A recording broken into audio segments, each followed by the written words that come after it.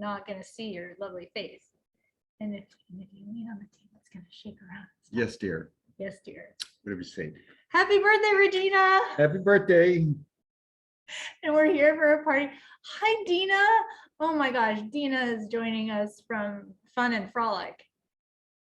That I wish I was fun and frolicking, but I'm not fun and frolicking. Here you are. You having a party? I am. For I'm having a Regina. whole party. I'm having a whole party for Regina. And let's see. I'm So gonna see. tell people who Regina is. Oh, yes, sir. Oh, no, I'm sorry. You go ahead with your schedule. Who is Regina? I was just trying to kick the party off. Who is Regina? Jerry?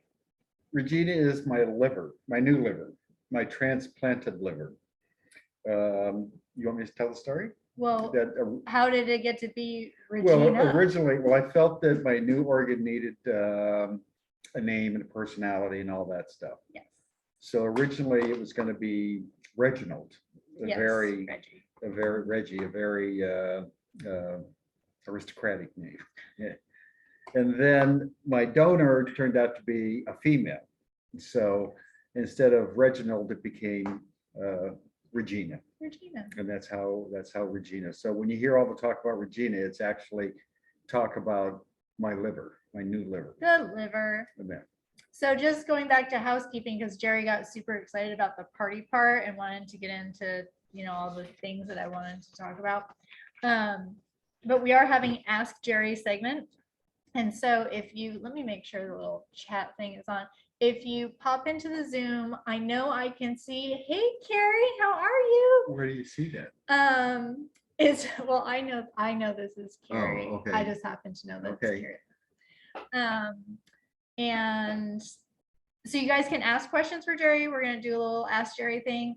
This one's way more informal than the official launch. And so we're just kind of rolling with it. So I can't see Facebook. So if you make comments on there, I'll try to figure out a way to look at those. Jerry might be able to see it on his phone, but I'm using all of my technology at one time to be in all the places at once. So Regina is liver. So Regina is not, when I was asking this on social media, some people thought that maybe Regina was your donor's name. No, we don't know the donor's name. We don't know the donor's name. So they tell us the sex of the donor and the age of the donor. You don't know really what happened. Jerry's donor was a deceased donor, and they do have living donor transplant programs, which you hear a lot of for kidney transplants. You hear of families donating to one another. They also have a really amazing, I don't know if they just call it a kidney pool now or if it's an organ pool, but I think it's specifically a kidney pool. And so if you have an intent to donate a kidney to a loved one and you're not a match, you can enter a pool. And if you match with somebody else, you donate your kidney to them. And then if somebody else in the pool matches your loved one, they donate. So the donation is still happening, but more lives can be saved that way. So it's a really amazing program. And yeah, I'm going to be throwing in some different things about organ donation, because even though I think it's April that is technically organ donation month. Right. But that's not Regina's birthday. But that's not Regina's birthday. And so I like to talk about all the organ donation things today. If we even have shirts. Did you show them your shirt? Recycle yourself. I'm trying to read it backwards. Be an organ and tissue donor. I mean, mine's a little more sassy. You want to read it, Jerry? Of course, I'm an organ donor. Who wouldn't want a piece of this? And we're excellent recyclers, because we've been wearing these shirts on this day for 6 years now. Mhm. And this banner, we've used the same banner for 6 years now too. We just keep changing the number. And so I always get happy every extra year. Happy sixth birthday, Regina. I always get excited when I get to take these things Uh-huh. out, although I might get a new one for next year. And No then, need. no, but I like to mix it up, or just more to wear around more, Okay. just yeah. around. And Jerry's not wearing a tiara. Maybe you should have worn the tiara for Regina. No, I can do without the tiara. I mean, it's a party. I needed a tiara. It is, but I don't wear tiaras. So, He did joke around after because Regina was a girl. And so he would walk around going, I feel like I want to bedazzle things. right, I have the urge to be dazzled, Have the urge something, to bedazzle. Yes. So but it's gone away. So, Jerry, you want to tell the story about how Regina came into our lives? Well, I was on the list for a transplant and had been on the list for a number of years. 8 years, yeah. So my numbers, based on your numbers, if you higher the number, then you're more in need of a transplant, and therefore you're probably going to get an organ sooner than someone that's low on the list. And So I will interject a statistic. yeah, go ahead. There's currently 100,000 people waiting for an organ. Wow. 100,000 people waiting. Please continue. Okay, and organs, by the way, so you get on a liver list, obviously, if that's what you need. You get on a kidney list, eyes, corneas, heart, lungs. They did an ovary transplant, the same hospital that I got Yeah, my they did. liver transplant, actually. I think it was a uterine. I think it was a Uterine? uterus. Is that it? Yeah, not over. I think it was a Yeah. uterus. Yeah. So anyway, I'd been on the list for a number of years, and you're allowed to, well, I was on the list for a number of years, and I knew the number was coming up. My number was coming up. And it was July 19th, right? That's today? It's today. Yeah, it was July 19th, but I figured that I probably wouldn't get my liver until like early, the first quarter of the next year. That was my So just thinking to in back my up, head. so they do blood tests and things and you get a score, and for livers, it's a MELD score. And my book goes into much more detail about all the different scoring because every organ has a different process. And so as you creep up higher and higher with a higher score, you're getting a little closer, or when an organ becomes available, you might be getting closer on the list. Right. And so I was going up there and going up and knew my number was coming up. And we were living this is when we moved to Florida. Then we lived at a first place we were living in Florida for, I think, 2 years. And we were moving to this house where we live today. And it just so happened that while we were moving here, we got packed up at the old house. We had movers help us.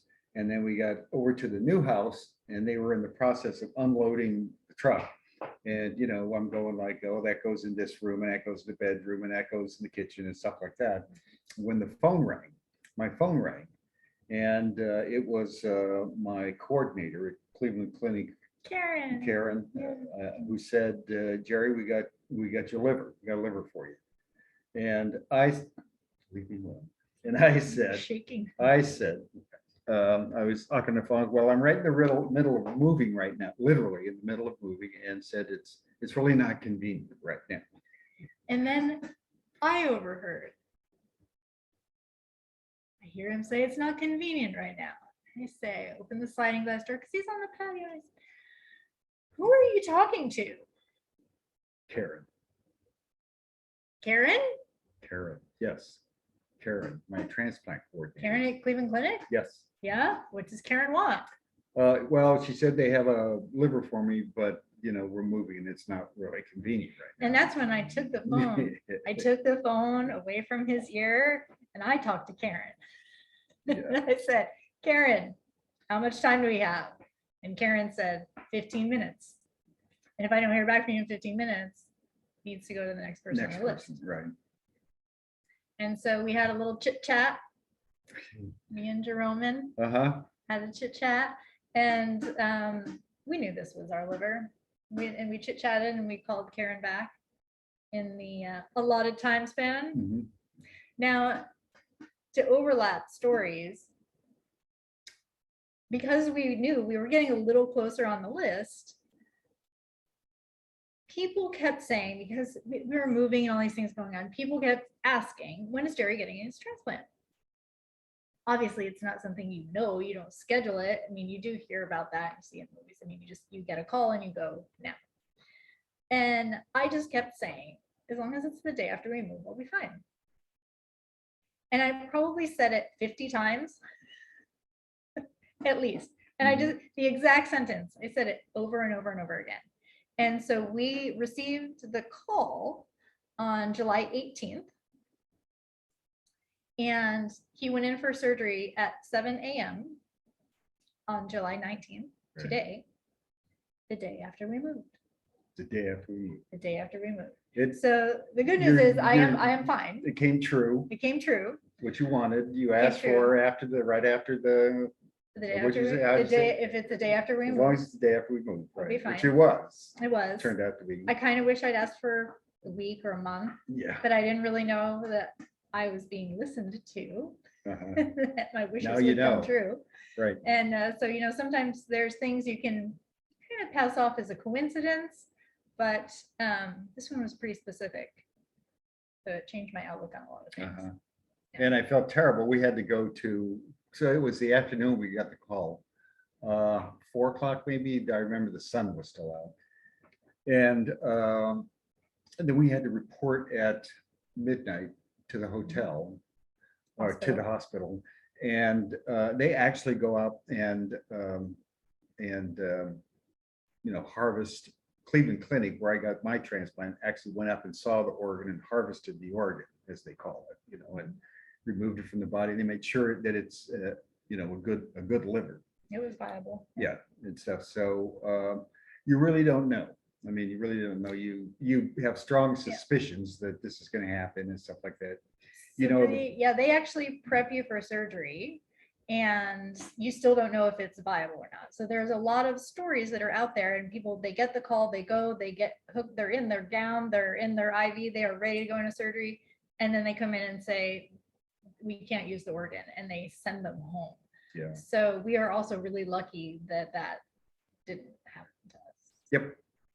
Yep, because there's anticipation and stuff like a lot of anticipation. Yeah. What's going to happen at the end? At the end of the day, it's just like, this is what I've been waiting for me anyway.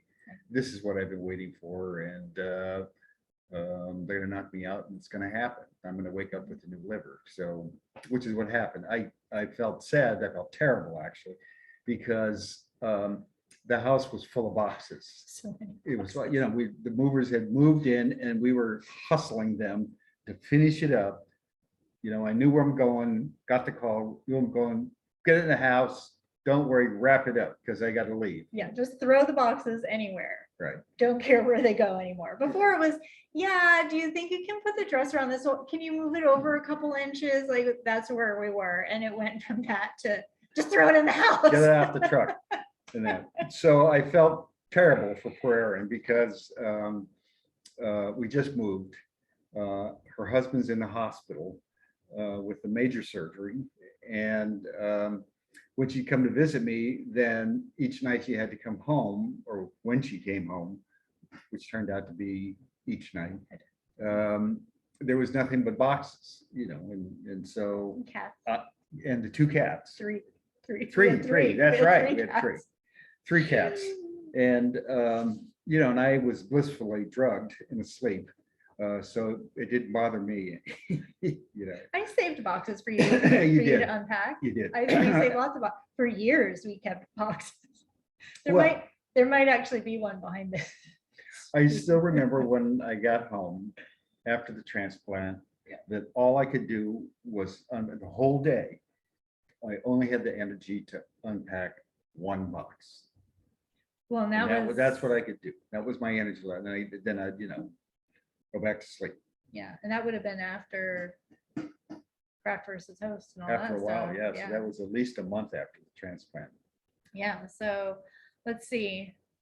Is it time for another statistic? And just so you guys know, Stat of the day, stat of the day. if you have questions about organ donation, donatelife.net and I'll put it in the chats and stuff. They answer so many questions and they have so much information. UNOS is also a good resource, but donatelife.net is where you go to register to be an organ donor. And they've got all kinds of good information. But let's see, the 616 statistic is that every 9 minutes, it's 616. Oh, okay. Every 9 minutes, someone is added to the list. So basically, since we've been on here, 2 more people have been added to the list. Wow. Now, the average number for the score, for the liver score, is, as I recall, is 8.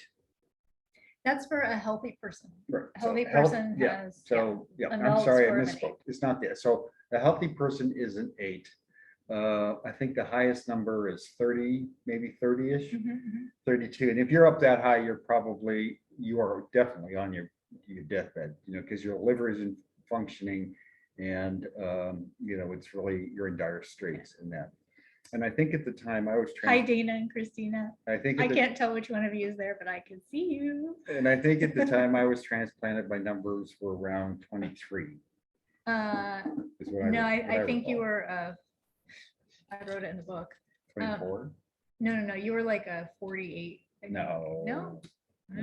Because 30. If you read my Because you're book, dead at 30. if you read, no, it's not. If you read my book, Welcome to Caregiving, the things caregivers never talk about, which dropped in the ebook version today to celebrate Regina, that information's in there. I just don't remember it. Yes. And I could look it up, but all you That's do okay. is look at TV of me looking something up in the That's book. no fun. Yeah.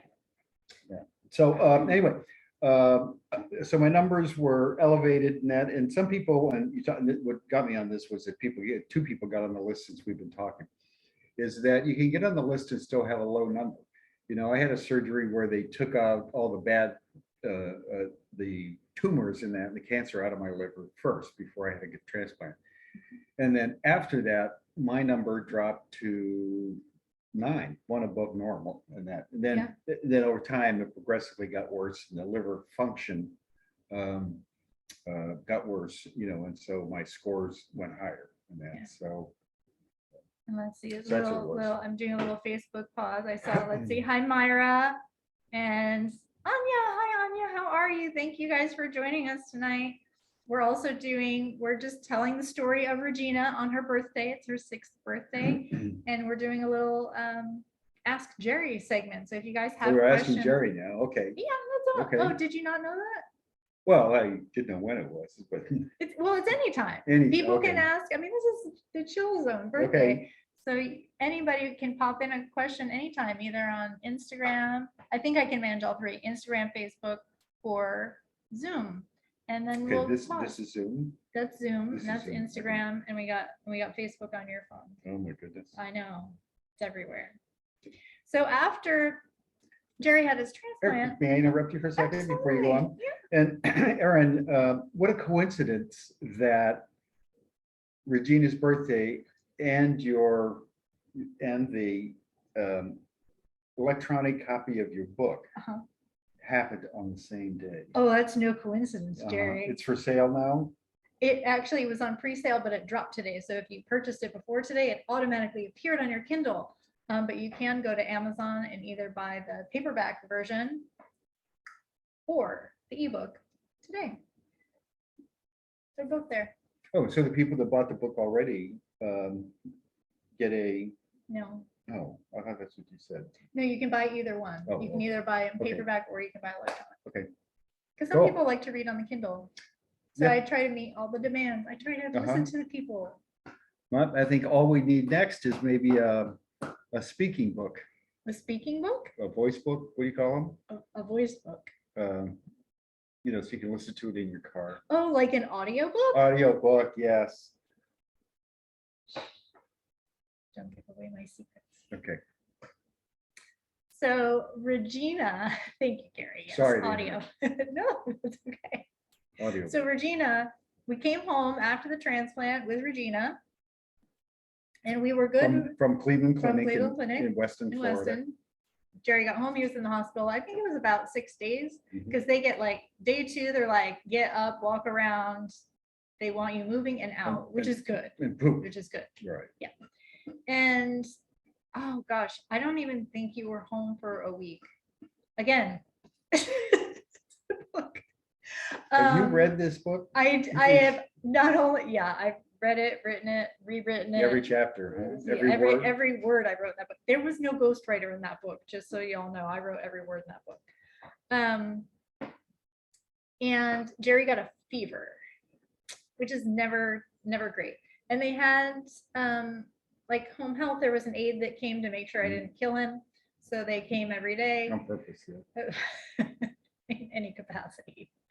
And then, so we got the fever, which was bad.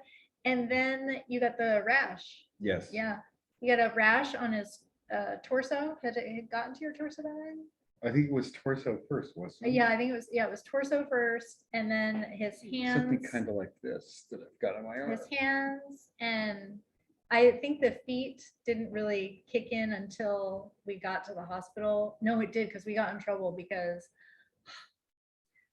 they put a like falling hazard sign on his door. Like he had to be monitored and watched, and I got really, we were both really upset about it. Like, he doesn't need to be watched. He just has a rash. There's nothing wrong. And the nurse said to me, ma'am, he came in here and he couldn't walk. So I think there's a problem. I was like, okay, fine, you're right. They were trying, so he wasn't rejecting the liver.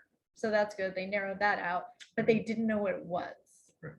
And we had every department you can think of, parade in and out of that room, test after test after test. And the insurance will only let you do the first test, and you have to finish the first test before you can do the second. Right. So And then you whatever can't- the third one is, you have to be done with the third before. You can't just do them all at once. Right. So, process of elimination.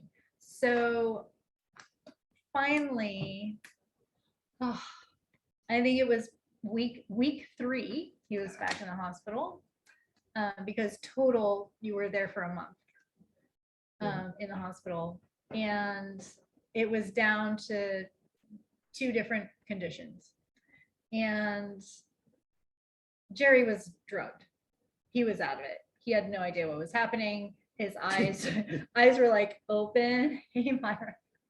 His eyes were open, but there was nothing going on up there. And Well, I wouldn't say it quite like that. okay, sorry. But would you say your decision making I was drugged, yes. skills were impaired? I was drugged. Okay. Right. And so the surgeon who was in charge of us, he described one list of symptoms and things and what he thought it might be. And I was like, it's not a real fit. And then he described the other list, and it was every single thing that Jerry had going on. And I said, well, that's it. That's the one. Like, I was like, oh, I identified it. And he looked at me, and I will never forget how it felt, because he looked at me and he said, I don't want it to be that one. And I looked at Jerry, and Jerry didn't. Drugged. He was drugged, not processing it, dozing in and out. And so when the doctor says, I don't want it to be that one, it's Not usually a good sign. not a good sign, Right. not a good feeling. Then it's like, well, why not? What's wrong with that one? What is it? Yeah, well, and then I was too overwhelmed. And so it wasn't until after that I Googled it. And what I was Googling was graft versus host disease, GVHD. And what happened is very, very rare in solid organ transplants. You hear about it more when people have a bone marrow transplant, but not so much when someone has an organ transplant like this. So it's very rare. I think it's less than 2% of organ transplants have this happen, which is why it was such a process to figure it out. Why it took so long to Yeah. diagnose it. Right? Yeah. And my husband, who is always always the exception to the rule. That's me. Always. If there is a rule, exception every time. So less than 2%, less than 2% of organ transplant recipients have this problem. He had the problem. And when I Because I'm Google- exceptional. because you are exceptional. Exceptional, right? And when I Google things, I am very responsible. I don't just go anywhere. Like I went to medical journals to read about this stuff because I didn't want to poison my mind. I really wanted information. And I read that of that 2% who get graft versus host disease, about 80% of the people die. Which is why the doctor didn't, the odds were so bad, that why the doctor didn't want it to be that. You're looking at the exception. I'm an exceptional guy. So the treatment, I remember it was a couple of weeks trying to figure it out. yeah, it was It 2 was to really 3 a couple weeks. weeks. And one of the doctors was on vacation and he was checking in from vacation every day. Yeah, that it was kind a tizzy in the hospital Hospital, yeah. community because it was such a rare thing and the mortality rate was so high. So what it is essentially, Regina was very, very strong, Mhm. very controlling lady. And she said, yeah, I like my DNA. It's really nice in here. I think I want my DNA to take over the entire body. So I'm gonna take over his whole body. And if she did that, if she won, that's when Jerry would have died because the DNAs don't commingle. That's what the medication is for, is so that they coexist, but one can't take over the other. If Jerry's DNA took over the liver, that's a rejection. And so I kind of describe this as a reverse rejection. So the liver DNA was trying to take over Jerry's body and killing off his cells and DNA. And so the treatment for that was the rabbit. And they take, it's a big long word, also in the book. And it's like a rabbit antibody almost, serum anyway, and it knocks down the immune system. Yeah. It knocks down Jerry's immune system, the liver's immune system takes it to nothing, like normal to nothing.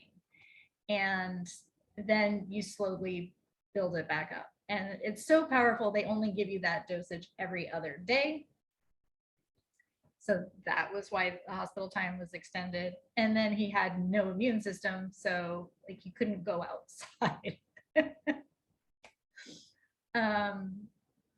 Thank God there wasn't COVID in those days. No, I Oh, my can't goodness. even imagine. No. Yeah. it would've Well, been anybody going through any of this Right. during the Getting any past kind 2 of years illness. and yeah, major illness, major surgeries, I can't even fathom how any of that has been navigated just with families and caregiving and like all of it. Do you want to tell the Benadryl story, Well, or do you remember it? I remember parts of it. I remember they gave me, we all take like Benadryl. They said, we're gonna give you Benadryl. And I figured Benadryl, like you buy at the drugstore, and that's what you can buy Benadryl. I guess you can buy it over the counter. I mean, I've heard of Benadryl and I always thought it was a common drug, kind of like aspirin or maybe stronger. But anyway, it was nothing compared to the Benadryl they gave me. Yeah, because- no, hospital grade Benadryl. Man. I'm gonna ask for that if I ever go to the hospital. Just I don't care what it is, just give me the Benadryl. Because it was something else. You tell the story, because I was on Benadryl. Because you were on Benadryl. I'm just, before I do that, I'm gonna see if there's any, I don't see any comments on the Facebook. Okay, What I remember is Yeah. just, I was really happy. he was really I was really happy. happy and And so, loving life from my I hospital was- bed by now, with my wife and my sister-in-law there. in the Right. room. so by now, it's been like 3 weeks that I've been at the hospital, not knowing what was going on. Is he living? Is he dying? We had just moved. I'm up. I'm trying to be there for round. Like I was a shell of a human being. Okay. And so they give him the Benadryl. I'm mostly also checked out, like whatever, give him like whatever. But my sister had come to visit. And if she hadn't have been there, I don't even know if I would She remember the wouldn't story. believe it, yeah. Nobody would believe it. And so she was chatting with Jerry, and they come in, give him the Benadryl, and she's chatting, and I'm not paying attention. And all of a sudden, he just starts laughing. He's laughing, and my sister is hysterical laughing. And I look over, and there he, and he's crying. Now he's crying. Just It was the only time I've ever laughed so hard I cried. Te- Yes. tear, just weeping, tears, just crying. And he's going like this, and he's rubbing his forehead. He's going, oh, it's so soft. Go ahead, do it. You do it. It's so soft. It feels like a baby's bottom. Feels like a baby's bottom. And we were hysterical. And the nurse comes in to check to see how she's doing, and we're all crying. And she thought like something bad happened. And then she sees that we're laughing, crying, and she just goes, "Oh yeah, that's the Benadryl." We were like, "The Really? Benadryl?" It was good. It was something else. It was good. That's what I remember. I don't know how long it lasted. I don't even, but well, then you passed out. from Yeah, yeah. the Now, I've drug. also had the Michael Jackson drug, and I call it that. It's actually propofol, I think is what it's really called. And that's the drug he took every night. The doctor would administer it to him. And so I've had that for, like tests and stuff like that, where they have to probe in you. And I gotta tell you, it's the greatest stuff, but they have to continue to give it to you, because the instant they stop giving it to you, you wake up like that. But I woke up, I remember I woke up and I was still in the room, where they were giving it to me. Usually they roll you out in recovery. And I woke up and I felt great. And I was talking to the doctor. She's still there. I surprised her because I said, "Hey doc, what's going on?" So if you ever have to have a procedure like a colonoscopy or anything like that, get the Michael Jackson drug. The propofol. It's incredible. Okay. Yes, dear. Let's see. How about another statistic? Okay. You gotta check I them off. mean, I hate negative statistics, but we were just talking about Mr. Exceptional and that he should have died. The statistic was that you would die, but you didn't die. So for transplants in 2020, there were 6,000 people that died waiting on the transplant list, waiting for an organ. 6,000 people. So they were on the list, they were waiting for an organ and they didn't get one. And an They organ, died and an organ before. did not come. Yeah. And so they died while they were waiting. 17 people die every day. That are on the list? Yeah. Waiting? Yeah. Wow. But on the upside, in 2021, there were 20,400 people that donated their organs. And so that's amazing. There's Oh, donors, not just transplants. donors. Right. There were 20,400 donors, and every donor can help about 85 people. So each person has basically 8 organs they can donate. So you can save the lives, just straight up save the lives of 8 people. So those are cornea? I don't think that's counted. So it would be heart, Okay. 2 lungs, pancreas, 2 kidneys, liver, and I don't know if they count intestines or if they're counting cornea, because there's so many things. Because then they can use your tissue, they can use bone, they can use heart valves, blood vessels, Bone marrow. Right. muscle, like so much. And so all of that helps to heal an additional 75 people. And then the corneas are separate because they have that broken out as saving the sight of 2 people. So like 1 cornea for 2 different people, because then at least 2 people get to see. So it's amazing. It's really amazing how much. Yeah, especially all the extra. I didn't know there were that many people. I knew the organs because they do so much, but I didn't know about all the other people myself. We are for transplants, for organ donations. Yeah. It's certainly kept me alive. Were it not for that, I'd be a goner right now. So, Yeah, and so every year, so like we mentioned at the very beginning, we did not know, we don't know the donor's name. We only know that it was a female and she was about 22 23 years from old. Deerfield Beach. And that's all that they tell you. But they do have a system set up so that you can, the donor family, I'm sorry, back up, the recipient family, so us, we can write letters to the donor family. It goes through like an exchange through Cleveland Clinic. And so it's all anonymous, but every year I try to write on this day a letter of thanks to them. And so I'm inviting anybody who's listening, because we did this at your first anniversary. Everybody that came to our celebration of life just wrote just a little note of thanks for the choice that they made. I don't know if the donor made the choice on her own. Like I've been a registered organ donor since I was 16 years old, and I could put the pink dot on my license. It just it's always been a thing for me. And then some people, if they haven't made that choice, the family is asked if they will make that decision to give life in the event of an unexpected death. Mhm. And so any words of gratitude that you would like to share, I will print them out and include them with mine, and they would go to the donor family. Regina's first mom. So you can, No, that's right. yeah, so you can drop those in the Zoom chat, Instagram, Facebook, anywhere. And if you see this even later after I send the letter in, I will still send it in, because I know people who've been on the other side and they have had loved ones pass, and they made the choice to donate their loved ones' organs.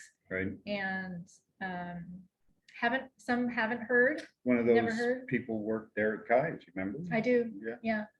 And that's exactly who I'm thinking of, because she came to your first year party and she was like, that's amazing that you do that, because I've never heard, and I wish I heard something. So again, we don't meet them, we don't know who they are. It's this anonymous exchange, but I think sharing that gratitude is just so important, because it's the last amazing gift you can give. So yeah. Let's see. I'm gonna check her comments. Do you want to sing, Jerry? No. And they don't want me to sing You either. don't. It's true, you don't want them to sing. Nope, I don't. I see there's, yes, Myra, I see your comment here. Myra is saying, I think some people find it hard to thank the donor and feel bad for their loss and don't know how to put that into words, which is true. And I have a hard time with that too. And so really, I just say thank you. Thank you for your choice. To donate. Thank you for your choice To save other people's lives. Right. And at least one, obviously I can't speak for all of them, but your liver is still living on. It is like that person, Jerry, is still here. It's been 6 years. I've had my husband for an extra 6 years. Jerry's child has had his dad an extra 6 years. The cats have had. Cats have had you. Not my cat. And I plan to live more, so you don't say that like 60. I know, but that's the anniversary. That's the birthday we're celebrating. And that's the amazing thing about a transplant. What is it? What is a transplant? And it's they replace a part on your car. They open you up and they take it out. They have to cut all the blood vessels and all of that kind of stuff that are attached and that flow into or through the organ, and then they take it out. And when you take a liver out, they also take out the gallbladder. The gallbladder, yes, that goes with it because it's attached. And then they put in a new liver, which is the size of a football, without by the way. the gallbladder. So when you think of it that way, I don't know. I don't have an excellent concept of how big. I mean, I know my kidney is about the size of my fist, but the liver is the size of a football. So you're taking that It's out kind of flat, it's flatter. and though. you're putting it, yeah, okay. Yeah. Yes, it's a deflate gate Right. football. Okay. Wise guy, yeah. And I lost my train of thought. Well, yeah, the size of a liver. And that's what they Size do. of a So they liver, take it yeah. out, they put a new one in, and then they have to hook up all the veins again and stuff like that. And you're without the gallbladder, and then you have this nice big scar. And then when they staple you back together, and you literally you look like the guy in the movie with all the stuff sticking out of his body, metal stuff sticking out of his head. So, So Myra was sharing that she knows a donor family mhm. who felt gratitude to be able to give the gift of life. But the recipient was having a hard time showing the gratitude. But now today they're friends and they have family trips together Really? and everything. Oh, yeah. So I've heard that's very stories of people that's a that do very cool that. story. Yeah. Yeah. Oh, But we don't know. Again, still, We we don't don't know. know who the Yeah. donor was. I'm curious, Myra, were they I don't know if you know, I feel like kidney people know more kidney people. Like I feel like that match. I don't know. I don't know. I don't know. Well, we had a friend, remember Uh-huh. Bruce McCaffrey, he had a kidney transplant I didn't. and his sister donated. Yeah. uh, I do. one of her kidneys to her brother. Yeah. We were all quite shocked that she would do that for Bruce. Yes, don't say that. I know another kidney recipient who she desperately needed a kidney. It was the situation was getting pretty great for her, and she ran into an old coworker like at a restaurant and was Mm. telling the story, and the coworker said, "Well, I'll donate my kidney to you," and Wow. and she happened to be a match. Wow. Yeah, and so there's so many miracle stories Mhm. around transplant, and it's really amazing when you can find the matches. So And some people, some communities don't believe in it. I don't know, it's for religious reasons, for other reasons. so funny you should say that. Yes, He doesn't even know my notes. Did you know I couldn't read that, though. That's so small. my chicken scratchings? Did you know that all major religions support I didn't. organ donation? I did. All major religions support organ donation. And there is never a cost to the donor family. There's no medical costs for donating organs. Funerals can all take place like normal. So you can actually have a viewing as well. And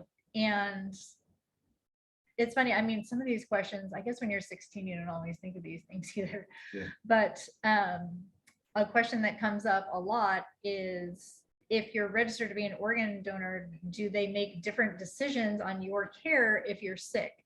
And that answer is no. Your life always comes first. So medical professionals will always treat you to save your life, Mhm. whether you're a donor or not a donor.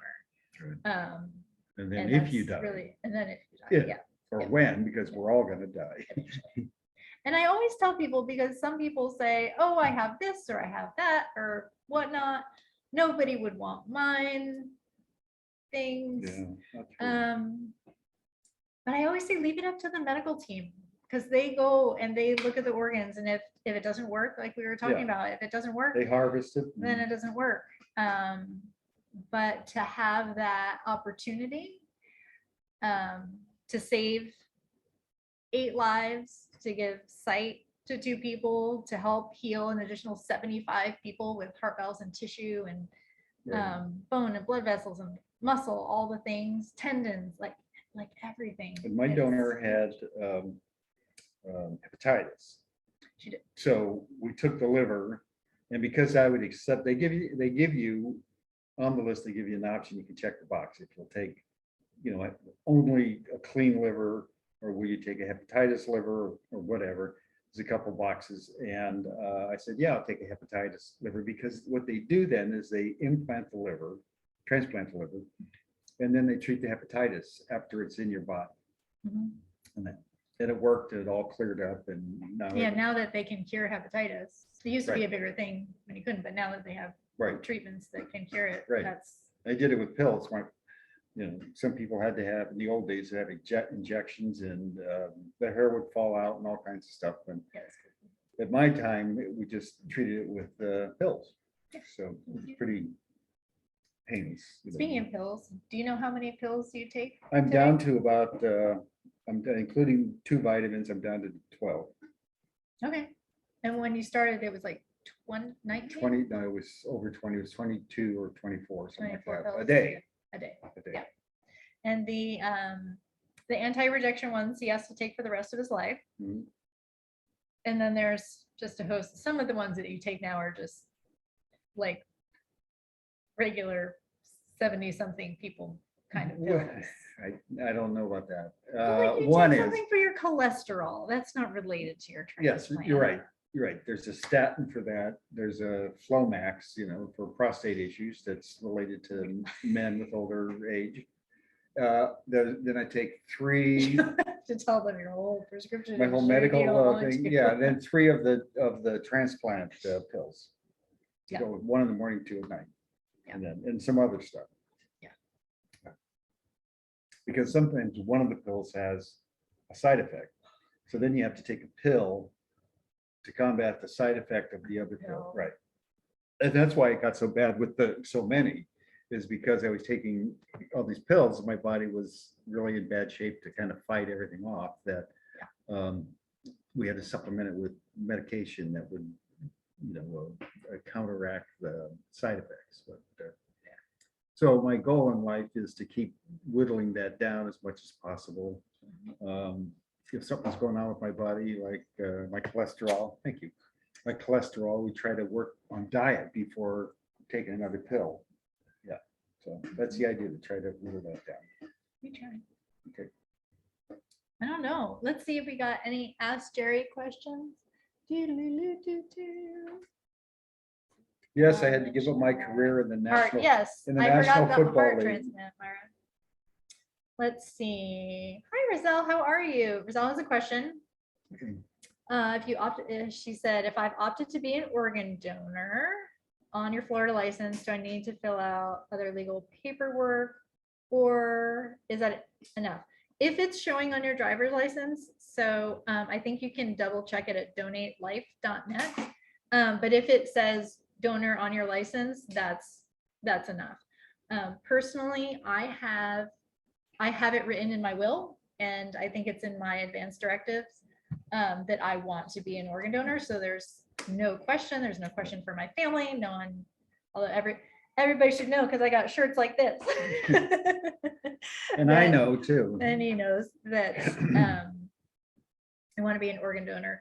But anything that you have that can make it more clear for your people makes that decision easier. Because there are times when the person is a donor and they're in the hospital and, not of their faculties, and the family objects.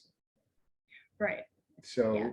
But if they know, they can object, but if they know, and that's your will, and if, and you're registered that way through the system Right. and have it on your driver's license, Right. then they should follow your wishes. Because I also know, from the flip side, I know some people who did not want to be organ donors, and we don't control when people pass. And so when they will then call the family to ask if they want to donate the organs. And sometimes that call is at 3 o'clock in the morning. So I've heard of stories that, it just wasn't pleasant to receive that call when they know that the person that was deceased did not want to donate. And so anything you can do to make it more clear is helpful for everybody involved, always. And so if you don't have a will, you should do that. Yeah, you should have a will too. You should have a will. And that's one of the things, we dragged our feet forever about getting our wills done and everything. And it Right. actually wasn't until we moved here that I was like, okay, we really got to do this Right. because you need a transplant and Right. it's serious. And the you need it. hospitals will ask you to fill out a will, ask you to fill out an advance directive. Yeah. So, that to pull the plug or not.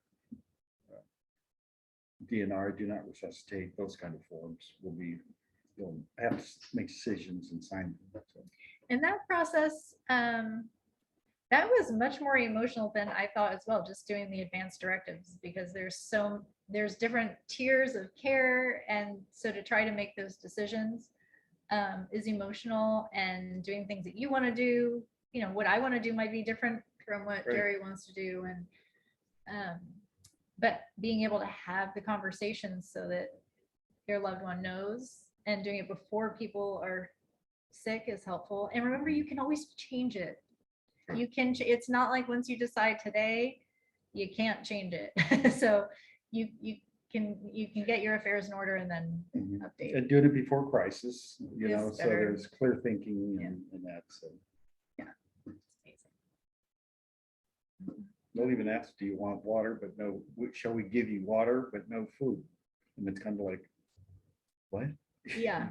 Yeah. But that was, Our attorney Actually had a lot of ask that explaining to do. question, Yeah. Do right. you want nutrition or just fluids for comfort? Do you want, it's a whole world of things, but I think it's important. mhm. Let's see. Did I do all my statistics? I think I did. I think you did. So let's just play. I mean, if you're reading this and you're an organ donor, I don't know, let's do a little hashtag donate life and get this message out kind of to everybody. So people who follow that hashtag can see Jerry's story, and How do we do that? What do you- just hashtag donate life. I'll explain it Okay, to you later. I've never hashtagged how anything. how How about hashtags that? work. I don't know what you can hashtag. I've never hashtagged anything in my life. Hashtag, I've Let's never see. hashtagged. I don't know. anything. You guys want to help me make up hashtags, because my social media world, I don't know. I got butterflies on my social media. I got hashtag not my cat. I got. Who is now our cat, by the way. We haven't announced that. Oh, okay. He's giving away all my secrets today. Hashtag not my cat. Let's see. Massage. Yeah, something massage. I do. Writing, authorship. Well, I stuff. have hashtag welcome to caregiving, Mhm. and I have hashtag taking the pause. Oh, have you guys taken my taking the pause workshop? Redefining self-care. If you look at the social media, it's actually free as part of a wellness giveaway that I'm part of. And so it's about a 40-minute workshop. And it's kind of fun. I think it's fun because I made it. But I go into really how self-care, the word self-care it gives me the heebie-jeebies. Because people, very, very well-meaning people, would say lovely things like, Erin, are you taking care of you? You really need to take care of you. And I was so tired and so exhausted and so overwhelmed and so frustrated and so scared, and all of the things that I was like, you for reals? Like, you want me to go get a massage? You want me to go, like, what? What do you want me to do? Because the self-care industry, I forget it's a whole industry. It's a $47 billion industry. Wow. $47 billion. It's a lot of care. It's a lot of self-care. And So that's just self. that's just self-care. That's just self-care. And I feel like they have made it big and grandiose and pampering and very fancy, when we only need to take little pauses to take care of ourselves. And so if we think about self-care in a different way, I actually think everybody would feel better about it. Cool. And so that's what the workshop is. So I'll throw that out there. So those are the 3 things I have going right now for offers. You can buy my book. 4 things. I got 4 things. We have the paperback book. We have the ebook, that dropped today on Regina's birthday. Okay, Both of those are on Amazon. that's 2. That's 2. I've got the patient handbook. 3. Oh, that's 3. Yeah. Okay. And the patient, that's a whole other patient handbook. If you have questions about the patient handbook, you can ask me. But this is the tool that helps caregivers and patients communicate with each other and the medical team. That was the goal of this tool. And the 4th thing is the workshop. So that's what I got going right now And related to how do we caregiving. get on the workshop? How do we do The workshop, if you're on, actually, for sure on Instagram, if you go to my bio, it's got the link tree that has all the links to everything. So you can find everything there and sign up to get those. The workshop is free, by the way, if you get it through the giveaway. I It's heard free. that. And there's like 14 other things. So in there, what email do they, or Instagram or Facebook or your email? Instagram has the link tree, Facebook. So where on Instagram would they go? In my bio. Facebook. Which is, that's what I'm trying to get you to say. I know that they're here. Oh, yeah, okay, At Aaron_Copeland in my bio. okay, Facebook, Aaron Copeland. okay. There's a bunch of posts on it, and I don't think anybody's in the Zoom. So there we go. Okay, Or you can email me or call me or text me.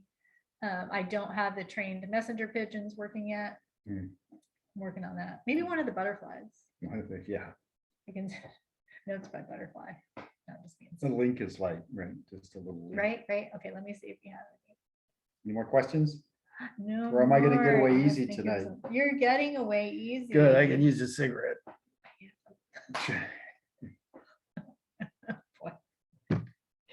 Well, and look at that. It's like an hour.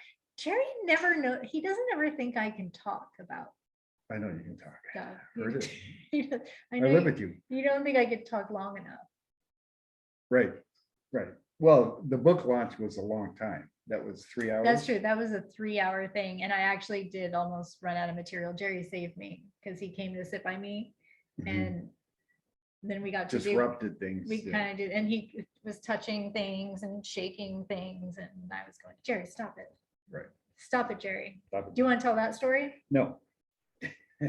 Oh, come on. We have 2 more minutes. Tell people the story.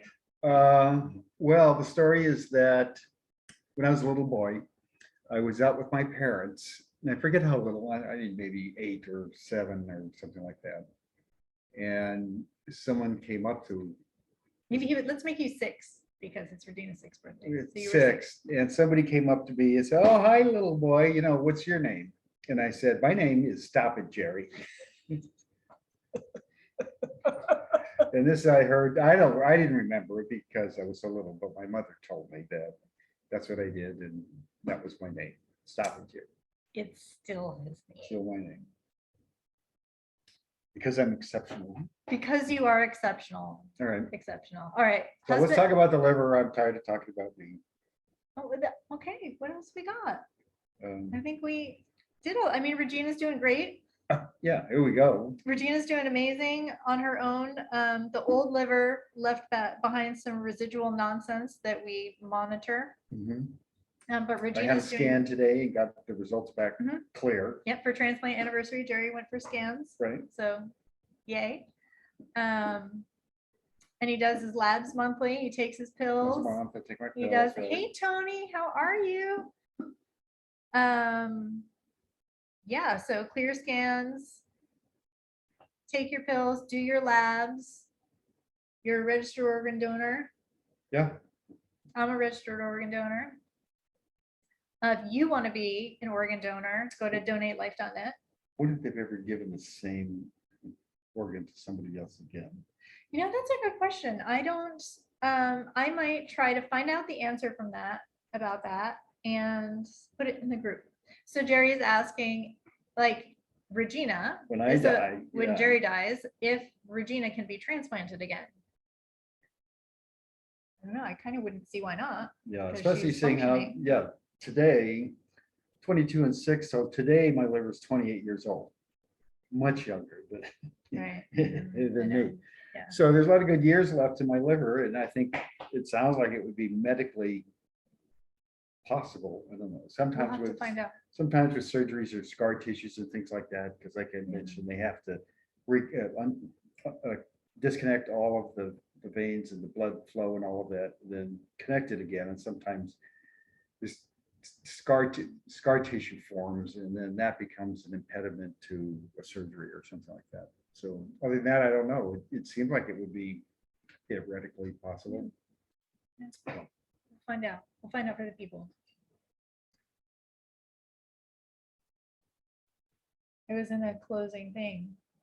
And now I forgot my grand finale. Well, you did mention donate. DonateLife.net, Uh-huh. DonateLife.net, which can answer a whole bunch of questions about organ donation and where you can register to be an organ donor. Oh, if you have any kind of feeling of gratitude, note that you'd like us to pass to Jerry's donor They send it family, in, yeah. you can send that to me because I'm going to be sending our note through the exchange, the anonymous exchange, just to share some love and gratitude with Jerry's, Regina's Family. donor family.